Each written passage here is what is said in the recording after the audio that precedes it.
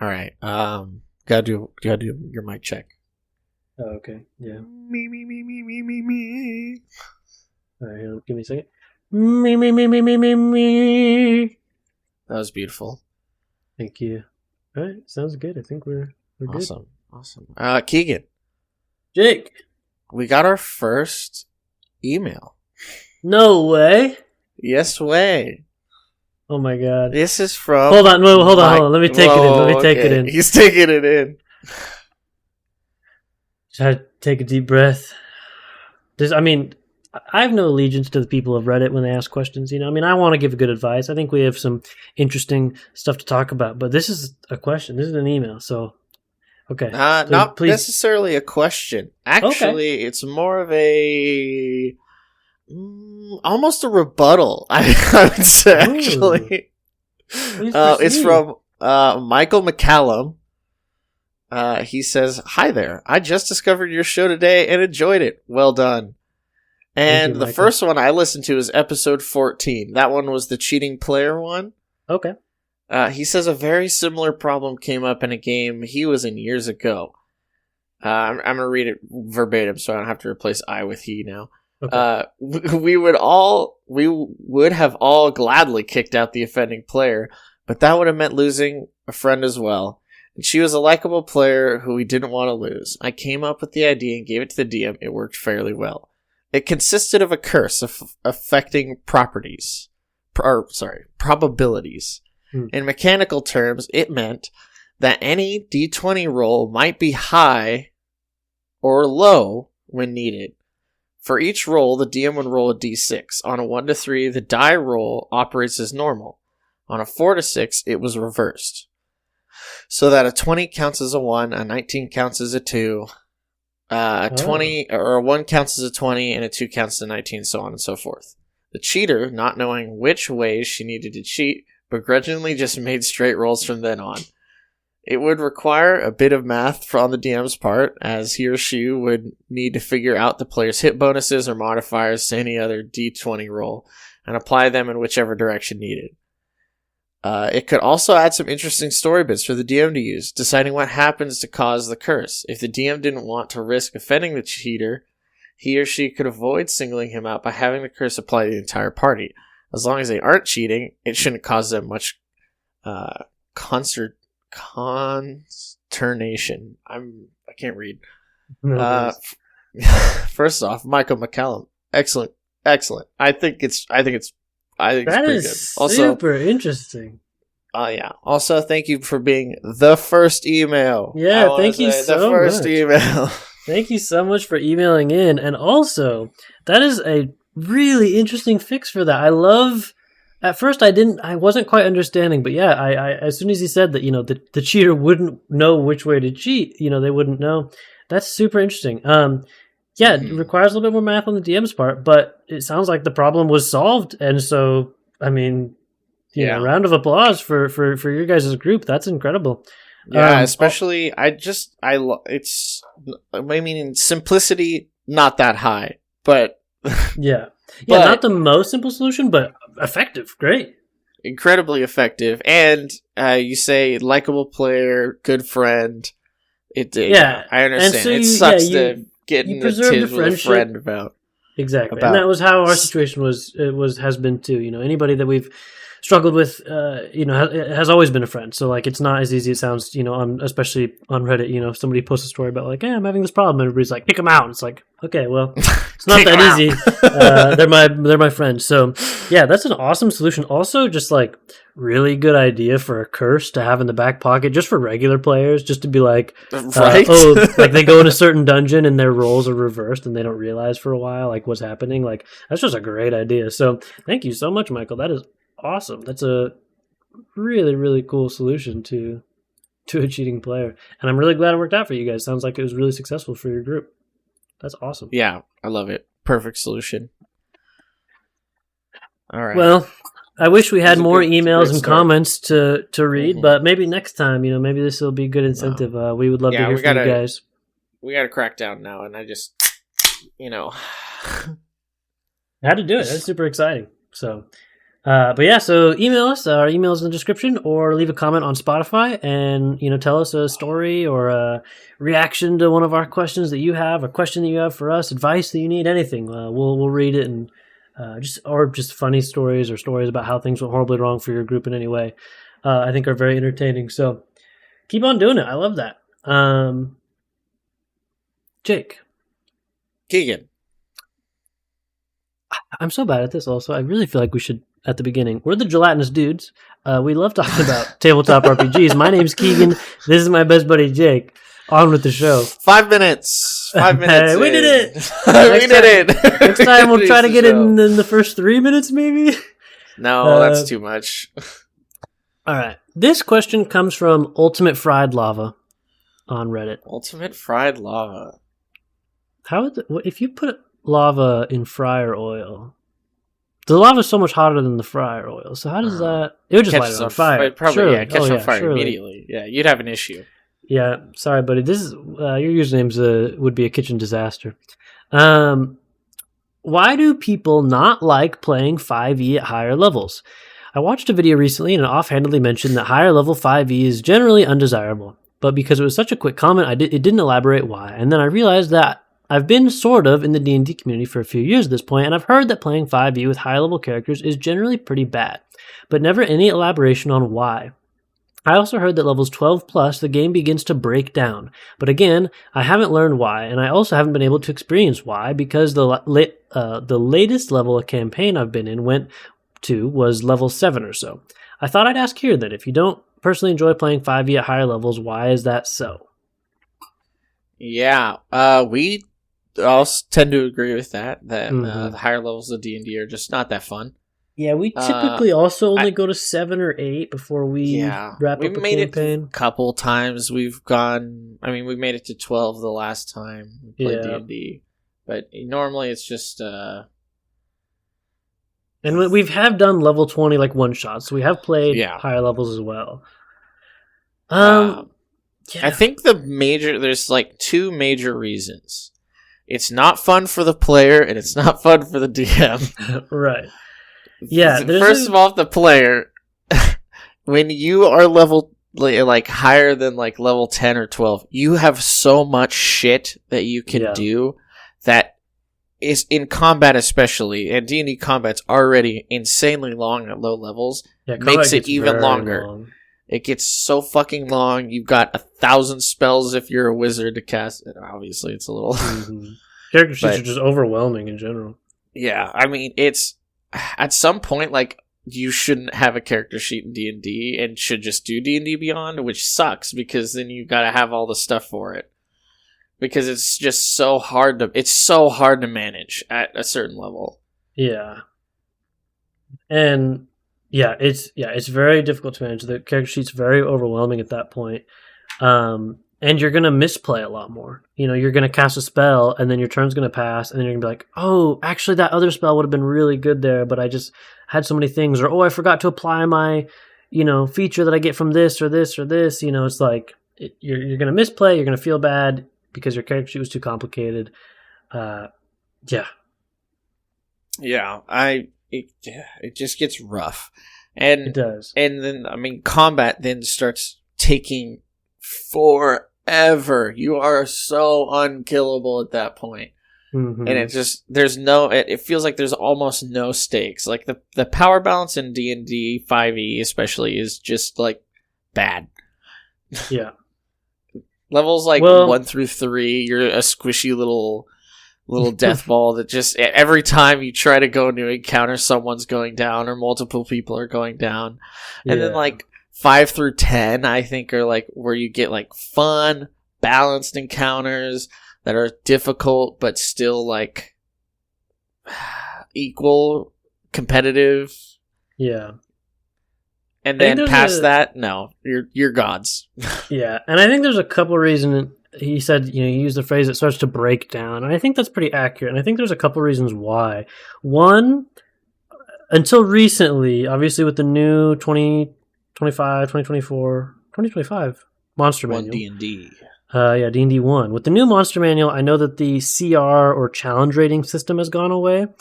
And I don't know exactly what it is now, but for a long time, since all the time that we played 5th edition, the CR system just doesn't work well. It's not an accurate representation of what level players should be able to fight certain monsters at. Certain monsters, equal to your player's CR are way, way, way harder than others. But I would say the biggest reason for me why I don't run high level D&D combat is, one, the length of combat is super, super long, like we said.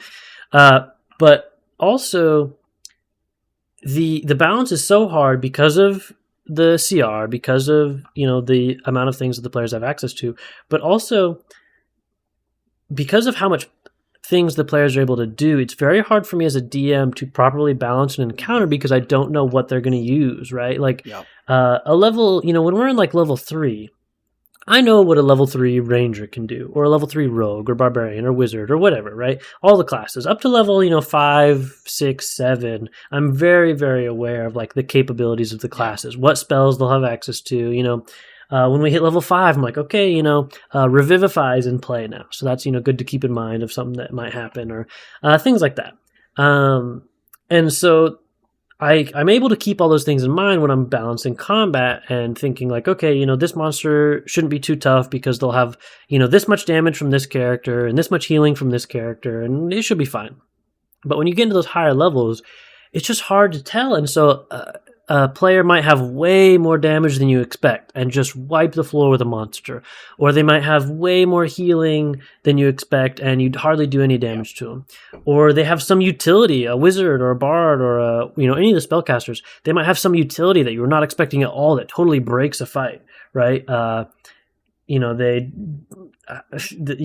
don't even know, dimension door through onto another piece of terrain, that all kinds of things, right? The players can get super creative with their spells already, and so if they're able to do those really high level spells, then it's almost impossible to balance. And so high level spells on their own are already insane, but when you get like players that understand the game and understand how they can use spells in other ways, it literally just starts breaking the game. The game is broken, it's unplayable, and it's then second point, not fun for the DM. I think you mentioned pretty much every reason why high level's bad for the DM that I can think of, at least. And D&D 5th edition already has so many other problems, like just it baked in the system itself, the kind of going down and getting healed, to get back up and stuff like that. Very like rubber bandy, up and down kind of bouncing is and that's at high levels. It's often. Yeah, exactly. Oh shoot, I lost myself. No worries. You have to go ahead now because I'm completely gone. Okay. Yeah. So I think we kind of went over all the reasons why. I got it. Okay. So like you mentioned CR in like D&D 5th edition. We were playing level 1 characters and we get into a fight with a mind flare. CR, what is it? Mind flare 10? Let's look. 8, 10, it's something like that. But we fight this mind flare. It's and 5. Wait. Oh, 5. This says 7. This says 5. Hold on. Uh-oh. The internet's lying to you. It's lying to me. I wish I had my book. True. I do have my book somewhere. The monster manual does exist. But anyways, it's like the CR basically said that we should have lost that fight horribly. Yeah. Not only did none of us go down, we killed it. And, I mean, it was close. We almost died. We almost lost someone. Someone almost got their brain eaten by a mind flare. Mm-hmm. But at the same time, I had a group of 3, there was 4 of you, and you were level 2 or 3, fighting 5 fucking goblins, and almost TPK'd. Yeah. Yeah, it was a little crazy. And, a lot of things, and yeah, that's why the CR system just didn't work. It was... even though Mind Flayer is a much higher CR, action economy. It was a solo mind flayer versus the three of you. So, three of you guys get 3 turns to his 1. Things like that. So, and also we were quite a bit younger at the time. I'm sure that, I could have been probably more punishing with like the spells that he casted or maybe, resistances that he had, things like that. But he just grabbed on to one of us instantly and we just kept succeeding. Tried to eat a brain and you guys were doing great on your checks and, so that's how it goes. So it's like, and even if I didn't necessarily play it wrong, I just chose certain moves of his to use instead of others. That could be the deciding factor. So, but then like you said, sometimes the dice, if you just roll super poorly, eventually, even a handful of goblins, will whittle you down and mess you up. So, and at higher levels, it gets significantly worse. Right. You'll start getting. When you start getting the things that have legendary actions, you say like, "Oh, you get 3 legendary actions per round of combat." It's like, oh, crazy. Now I have to keep track of this thing that has legendary actions also. Yeah. And so it's just, I would say that's why it kind of breaks down, I would say. I think we, covered all this stuff. But yeah, too slow, too complicated, a lot of unexpected things. Yeah. And then, we didn't even talk about, and then like the dice playing that, too much, it's like, it's crazy. Yeah, your rolls could just be incredible or awful. And it's so hard to challenge high level. Like, so I guess some other classes and reasons why it's unfun. Asking a rogue to do a skill check past level like 10 is very hard for them to fail. Not that there's an auto success, but when the rogues have an ability that the lowest they can roll is a 10 when doing a skill check. And their expertise or even proficiency bonuses are so high at that point, that it's usually a 10, plus 9, plus 7, plus 6 or whatever. So like the lowest they can roll is a 16 or 19 even. My rogue had like a plus 20 or plus 12 in stealth or something. And so the lowest I could roll was a 10, plus 12 is 22. So if I stealth and I roll a 22, it's really hard as a DM to be like, oh no, they see you. It's like, what are you going to do? And then if I did roll high, and rolled a, 19 or whatever, and I'm rolling 30s, 31s, 32s, it's very hard to tell a rogue that they failed or a bard that they failed the persuasion check when they rolled a 30, Not that those things are auto successes, not that, that it's, it doesn't break the game. So, and it's definitely possible to have fun at those higher levels. You see it in any of the media we listen to, Critical Role, nwoodpod, Adventure Zone's first campaign. They're all, they all go to level 20.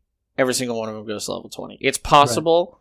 Right. I think the only way you do it is if you know that the only way I'm getting out of this and it stays fun is if combat is snappy. Yeah. And it's not, right? Like, it never is. Critical Role, for example, is like just the one out of those that I've watched the most. And, in the later and, parts of most of the campaigns, they're pushing, level 16, 17, 18. And like combat is a majority of the episode in the episodes that they have combat. The kind of format, and maybe it's intentional, maybe it's not, is like one episode will be a lot of role play and story progression and travel and, all the D&D stuff you do, taverns and shopping and whatever. And then the next episode, they'll like get into combat. And it'll be, it'll be 2 hours, 3 hours. Like it'll be a majority of the episode will be that combat. And that's crazy to me. It's just, at that point would be so burned out as a player. It's very difficult.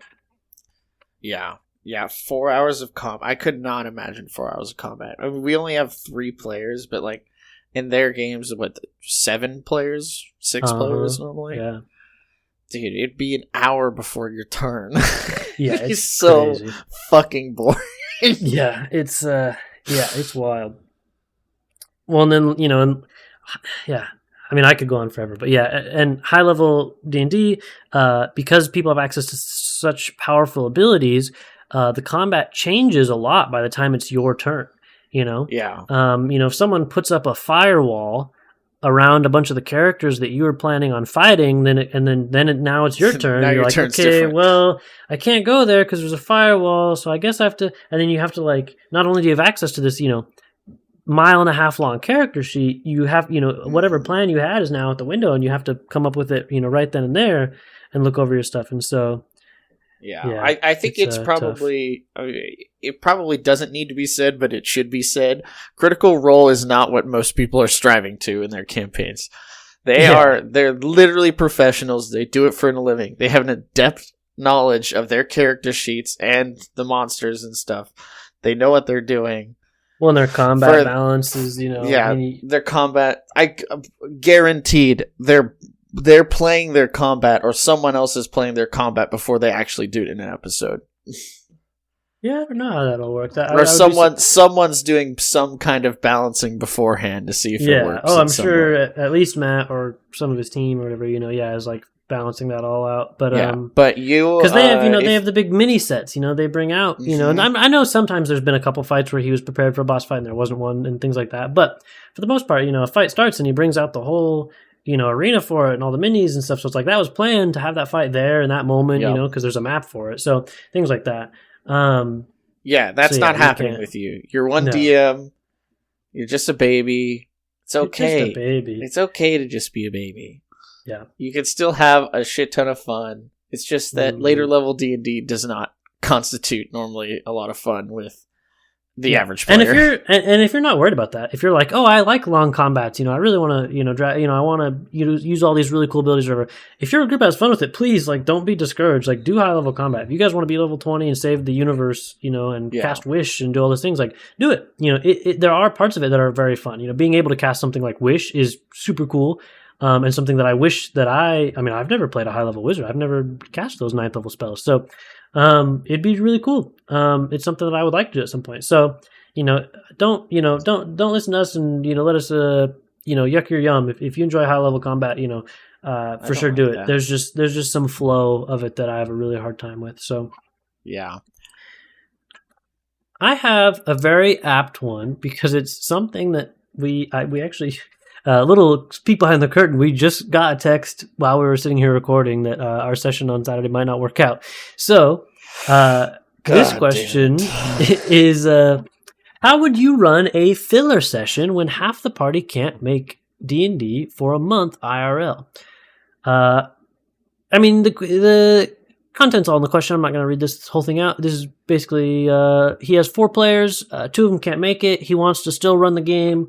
How do you do it? What's some advice for running a filler session? We've done this a lot. I like them. They're fun. They can be very fun, I'll say, actually. Yeah. I think that the easiest way to do it is something low stakes, right? Mm-hmm. Obviously you can't have something that's super story progressive or something. And then maybe at the end have some kind of reward for the players that were there. I remember one filler session we did. I don't remember the entirety of it, but I remember at the end we got like some magic tattoos that were sick. But yeah, it's just low stakes, a fun reward, nothing like game breaking. Yeah. And obviously don't progress the story, right? Take something separate from the story. I think also start and end in the same spot.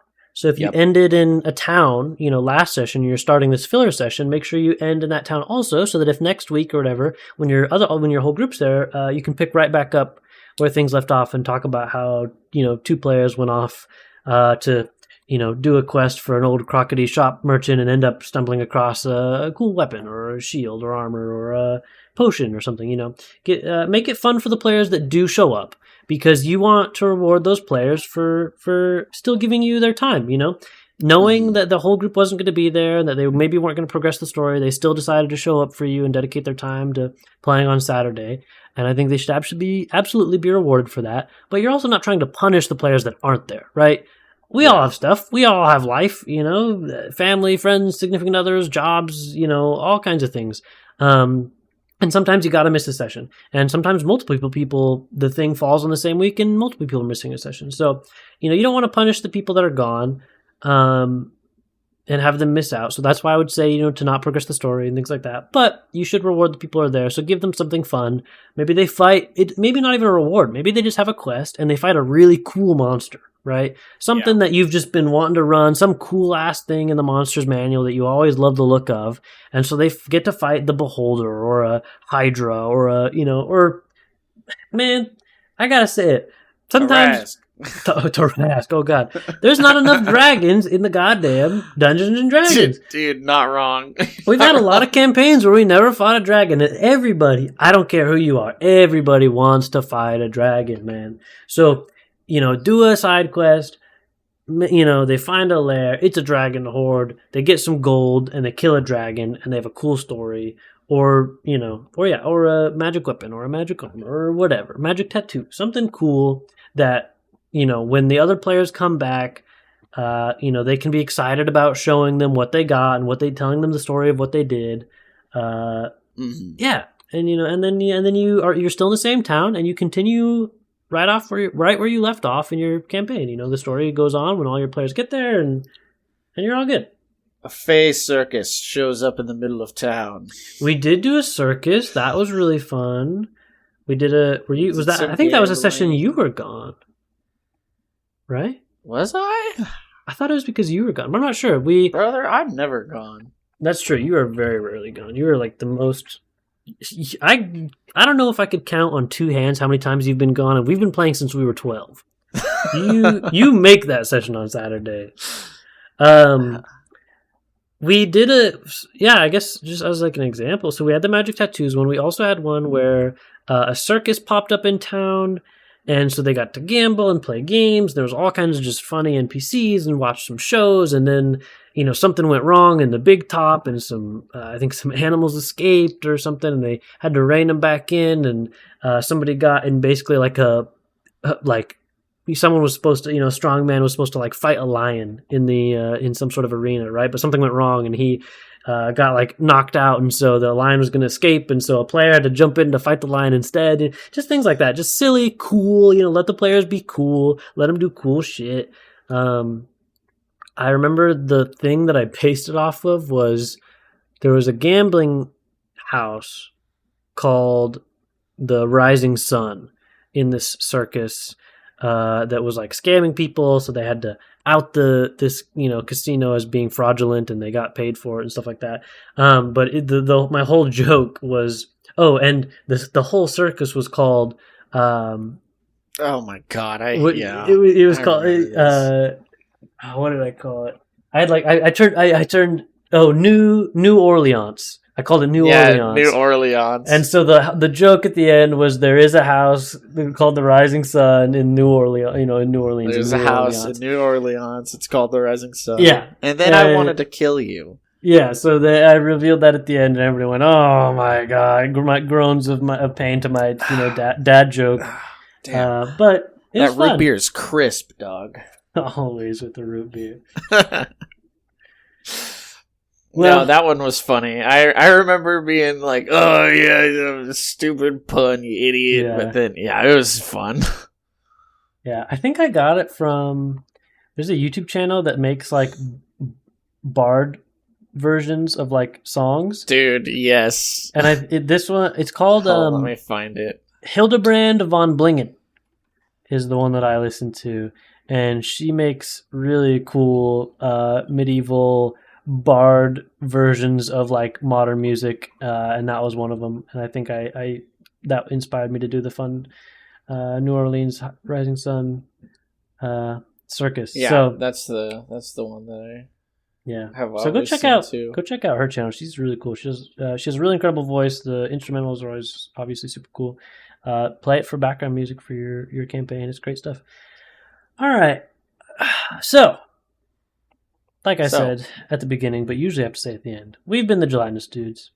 My name's Keagan. This is my best buddy, Jake. I hope you learned something or got some good advice or heard something that you'd like to implement in your campaign. Please rate 5 stars. It's super, super helpful. We got to please the algorithm to get this to more people so more people can hear it and enjoy it. Share it with your friends is the big one. Yeah. Word of mouth is the best form of advertising. Especially early on. So yeah, Especially share with early your on. friends. Please, please, please leave a comment like Michael or email us because we love to hear. It's just so cool. I'm still He's gonna get on his fucking knees and dude, beg. I'm on cloud 9 that we got a story from Michael. So please like that, send us an email or leave a comment about anything related to your D&D campaign, questions, advice, funny stories, bad stories, whatever. We would love to read it and talk about it and laugh about it. So please do that. And with that, we've been the Gelatinous Dudes. Thank you so much for listening. We'll see you next week. Bye. Bye.